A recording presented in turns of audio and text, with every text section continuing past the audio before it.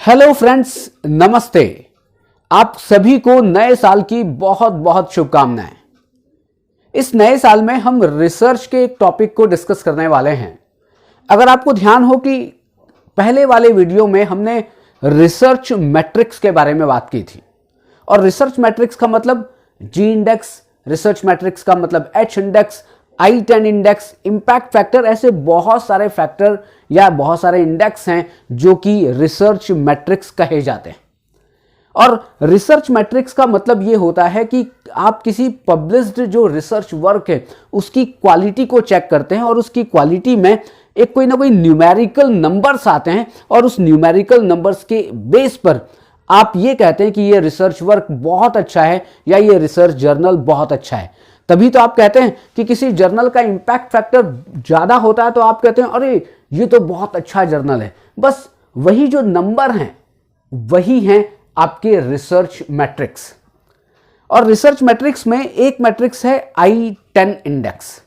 I10 index बहुत ही आसान है, इसको कैलकुलेट करना भी आसान है।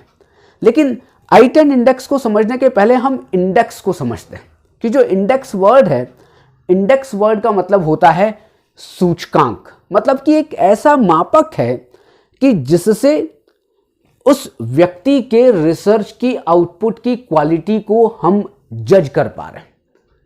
I10 इंडेक्स जो है वो किसी रिसर्च जर्नल का नहीं है, किसी रिसर्च आर्टिकल का नहीं है, बल्कि I10 इंडेक्स एक इंडिविजुअल, एक पर्सनल, एक रिसर्चर जो है उस रिसर्चर का अपना एक I10 इंडेक्स होता है। अगर मैं मैं रिसर्च पेपर पब्लिश करता हूं तो मेरा अपना एक I10 इंडेक्स होगा, चाहे वो 3 हो सकता है, 4 हो सकता है, 5 हो सकता है। ये 4, 5, 6 किस तरह से होते हैं ये अभी हम बात करेंगे कि कैसे हम I10 इंडेक्स को कैलकुलेट करते हैं। लेकिन आपको ये बात समझ में आ रही होगी कि I10 इंडेक्स किसी रिसर्च जर्नल का नहीं है, जैसे कि इंपैक्ट फैक्टर होता है, किसी रिसर्च आर्टिकल का नहीं है। नहीं, I10 इंडेक्स जो होता है वो किसी रिसर्चर का होता है, खुद का होता है। अब एक बात और ध्यान देने वाली है कि ऐसा नहीं है कि जितने ज्यादा आप पब्लिकेशन करेंगे, जितने ज्यादा आप रिसर्च पेपर पब्लिश करेंगे, लोग क्या करते हैं, लोग एक ऐसी भेड़चाल चलाते हैं कि मैं साल में 10 पेपर, 20 पेपर, 2 साल में 50 पेपर, ऐसे पेपर पब्लिश कर लेते हैं और आप वो मान के चलते हैं कि हमारा I10 इंडेक्स बढ़ जाएगा। देखिए, नंबर ऑफ पब्लिकेशन से I10 इंडेक्स का बहुत ज्यादा संबंध नहीं है, बल्कि I10 इंडेक्स का संबंध है कि आपके जितने पेपर हैं उसका साइटेशन कितनी बार हुआ है। मतलब कि वो कितने लोगों ने उसको साइट किया है अपने रिसर्च पेपर में या अपने आर्टिकल में या अपने चैप्टर्स में, कहां कहां पर कितने लोगों ने उसको साइट किया है। बस केवल यही है I10 इंडेक्स का बेस। आपके रिसर्च पब्लिकेशन बढ़ेंगे तो I10 इंडेक्स बढ़ेगा, ऐसा नहीं है। हां, जितने आपके साइटेशन बढ़ेंगे, लोग आपको, दूसरे लोग साइट करेंगे, दूसरे लोग अपने रिसर्च पेपर में रेफरेंस की तरह आपके आर्टिकल को यूज करेंगे, तब आपका I10 इंडेक्स बढ़ेगा। I10 इंडेक्स होता क्या है? देखिए, I10 इंडेक्स बेसिकली गूगल, जो आपकी मोबाइल में जीमेल होता है, वो गूगल कंपनी ने I10 इंडेक्स को इंट्रोड्यूस किया था as a part of Google scholar.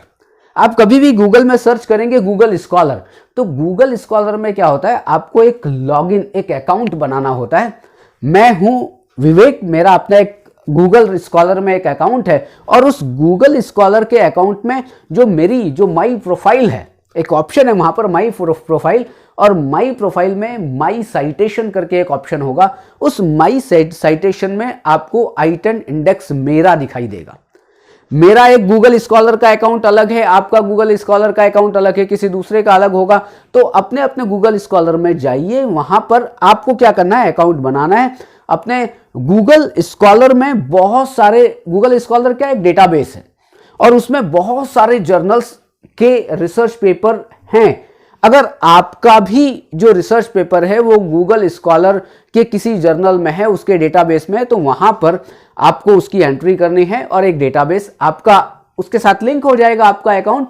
और फिर आपके I10 इंडेक्स या आपका H इंडेक्स, ये सारे के सारे आपके साइटेशन वहां पर आपकी प्रोफाइल में दिखाई देंगे। तो एक बात समझ में आ गई कि गूगल जो i10 इंडेक्स है उसको गूगल ने बनाया है as a part of Google Scholar, 2011 में बनाया था। दूसरा, i10 इंडेक्स में ये जो 10 है, ये 10 बड़ा इंपॉर्टेंट है, आप ध्यान रखिएगा। i10, 10 का मतलब नंबर जो 10 है, 10 है, वो 10 बड़ा इंपॉर्टेंट है। और i10 इंडेक्स का मतलब है the number of publication with at least 10 citation. मैंने क्या कहा था, नंबर ऑफ पब्लिकेशन से ज्यादा फर्क नहीं है, नंबर ऑफ पब्लिकेशन के मिनिमम 10 साइटेशन तो होने ही चाहिए। इससे आप इस तरह से समझें कि मेरे 5 रिसर्च पेपर पब्लिश्ड हैं और वो गूगल स्कॉलर पर हैं, तो 5 रिसर्च पेपर से मेरा i10 इंडेक्स नहीं बन रहा है। उन 5 रिसर्च पेपर में कितने रिसर्च पेपर ऐसे हैं जिनको कम से कम 10 बार लोगों ने अपने किसी जगह स्थान दिया है, उनको साइटेशन के रूप में यूज किया है, उनको रेफरेंस के रूप में यूज किया है, केवल और केवल वही रिसर्च पेपर i10 इंडेक्स के लिए काउंट किए जाएंगे। मैं भी कैलकुलेट करके बताऊंगा, तब आपको समझ में आएगा कि कैसे मैं क्या बात करने वाला हूं।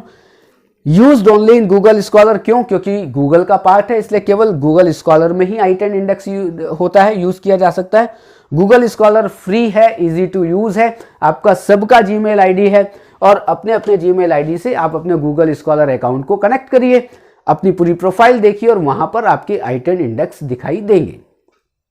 अब हम लोग कैसे i10 इंडेक्स को कैलकुलेट करते हैं वो बात सीखते हैं। आप इसका एक बार पिक्चर फोटो ले लीजिए कि जिससे आपको जो i10 इंडेक्स कैसे आया, गूगल ने बनाया, 2011 में बनाया, इसकी आपको इंफॉर्मेशन मिल जाएगी। तो अब हम कैलकुलेट करते हैं अपने i10 इंडेक्स को, और जितने भी इंडेक्स जो हैं, जो रिसर्च आउटपुट की क्वालिटी को जो जज कर रहे हैं, उसमें सबसे इजीएस्ट है कैलकुलेट करने में i10 इंडेक्स। देखिए, सबसे पहली चीज कि इसमें number of publication, number of publication आप इसको समझ सकते हैं। आपके जो रिसर्च पेपर हैं जो गूगल स्कॉलर में, मान लिया मेरे 1 2 3 4 5 6 7 8 और 9 रिसर्च पेपर मेरे गूगल स्कॉलर में हैं। एक टेबल में बना रहा हूं और यहां लिख देता हूं मैं साइटेशन। तो मेरे पहला जो रिसर्च पेपर है मेरे, उसको 25 लोगों ने साइट किया है, दूसरा है उसको 20 लोगों ने किया है, तीसरा है उसको भी 20 लोगों ने किया है, चौथा है इसको 50 लोगों ने किया है, पांचवा है इसको 10 लोगों ने किया है, छठे को 8 लोगों ने किया है, फिर इसको 10 ने किया है, ऐसे करके यहाँ पर 9 लोगों ने किया है और यहाँ 2 लोगों ने किया है। तो टोटल कितने पेपर? 9 पेपर है, 1 2 3 4 5 6 7 8 9। तो 9 पेपर को, मतलब पहले को 25, दूसरे को 20, तीसरे को 20, चौथे को 50, पांचवे को 10, फिर 8 10 9 और 2, ऐसे करके इनका साइटेशन हुआ है। और ये आपको साइटेशन गूगल स्कॉलर में दिखाई देगा यदि आपका गूगल स्कॉलर में अकाउंट है तो। अब मैंने क्या कहा था 10, कि इस आपके 100 रिसर्च पेपर है, इससे कोई फर्क नहीं पड़ रहा है। आपके जो 100 रिसर्च पेपर में से कितने रिसर्च पेपर ऐसे हैं जिनका कम से कम 10 बार साइटेशन हुआ है। 10 से ऊपर हुआ है बहुत अच्छा है, लेकिन मिनिमम 10। तो आप देखें कि देखिए, अगर इसका 25 हुआ है तो मतलब ये 10 से ऊपर है, ये इसका दूसरे वाले का 20 हुआ, ये भी 10 से ऊपर है, तीसरे वाले का 20 हुआ, ये भी 10 से ऊपर है, चौथे वाले का 50 साइटेशन, ये भी 10 से ऊपर है, ये पांचवें वाले का 10 साइटेशन, मतलब कि 10 तो है ही है। ये फिर इसके बाद 8 है, ये क्या है? ये नहीं होगा। क्यों? क्योंकि ये पेपर में केवल 8 साइटेशन है, मिनिमम 10 साइटेशन तो होना ही चाहिए। फिर उसके बाद देखिए, फिर ये 10 साइटेशन है, उसके बाद 9 है, ये भी नहीं हो सकता, इसके बाद 2 है, ये भी नहीं हो सकता। अब आप देखें 10 बार साइटेशन किसका हुआ है, 10 या 10 से अधिक, 1 2 3 4 5 और 6। अपने टोटल कितने थे? 9 में से 2 हट गया, 9 हट गया और 8 हट गया, तो 3 हट गए, तो बाकी बचे 6। तो 6 रिसर्च पेपर मेरे ऐसे हैं जिनका कम से कम 10 या उससे अधिक बार साइटेशन हुआ है। तो मेरा जो i10 इंडेक्स बनेगा वो कितना बनेगा? i10 इंडेक्स बनेगा मेरा 6। मैं फिर रिपीट कर रहा हूं, 6 क्यों बना? क्योंकि 6 रिसर्च पेपर मेरे 9 रिसर्च पेपर में से 6 रिसर्च पेपर ऐसे जिनका मिनिमम 10 या 10 से ऊपर साइटेशन हुआ है। मैं केवल और केवल उन्हीं को काउंट करूंगा, किसके लिए? I10 इंडेक्स के लिए। इसलिए मैंने कहा था यहां पर 10 बड़ा इंपॉर्टेंट है कि 10 रिसर्च पेपर नहीं, रिसर्च पेपर जिनका कम से कम 10 या 10 से ऊपर बार साइटेशन हुआ है, उन रिसर्च पेपर को आप गिन लें और काउंट करके 1 2 3 4 5 6 जो भी आप काउंट कर लें, और काउंट करके जो काउंटिंग हुई वही आपका I10 इंडेक्स होगा। यह आपको मैं मान के चलता हूं कि I10 इंडेक्स समझ में आ गया होगा। गूगल ने बनाया है, 2011 में बनाया है। गूगल स्कॉलर में जाके आप अपनी माई प्रोफाइल में गए, माई साइटेशन में गए, और माई साइटेशन में आपका I10 इंडेक्स वहां पर आपको दिखाई देगा। लेकिन कब दिखाई देगा? जब आपका रिसर्च पेपर को कम से कम 10 बार, एक रिसर्च पेपर है उसको कम से कम 10 बार साइटेशन मिला है, दूसरे को कम से कम 10 बार मिला है। आपके 10 रिसर्च पेपर हैं और केवल 2 ही ऐसे हैं जिनको कम से कम 10 या 10 से ऊपर साइटेशन मिले हैं, तो आपके I10 इंडेक्स कितने हो जाएंगे? केवल 2। आपके रिसर्च पेपर हैं 10 लेकिन I10 इंडेक्स होंगे 2।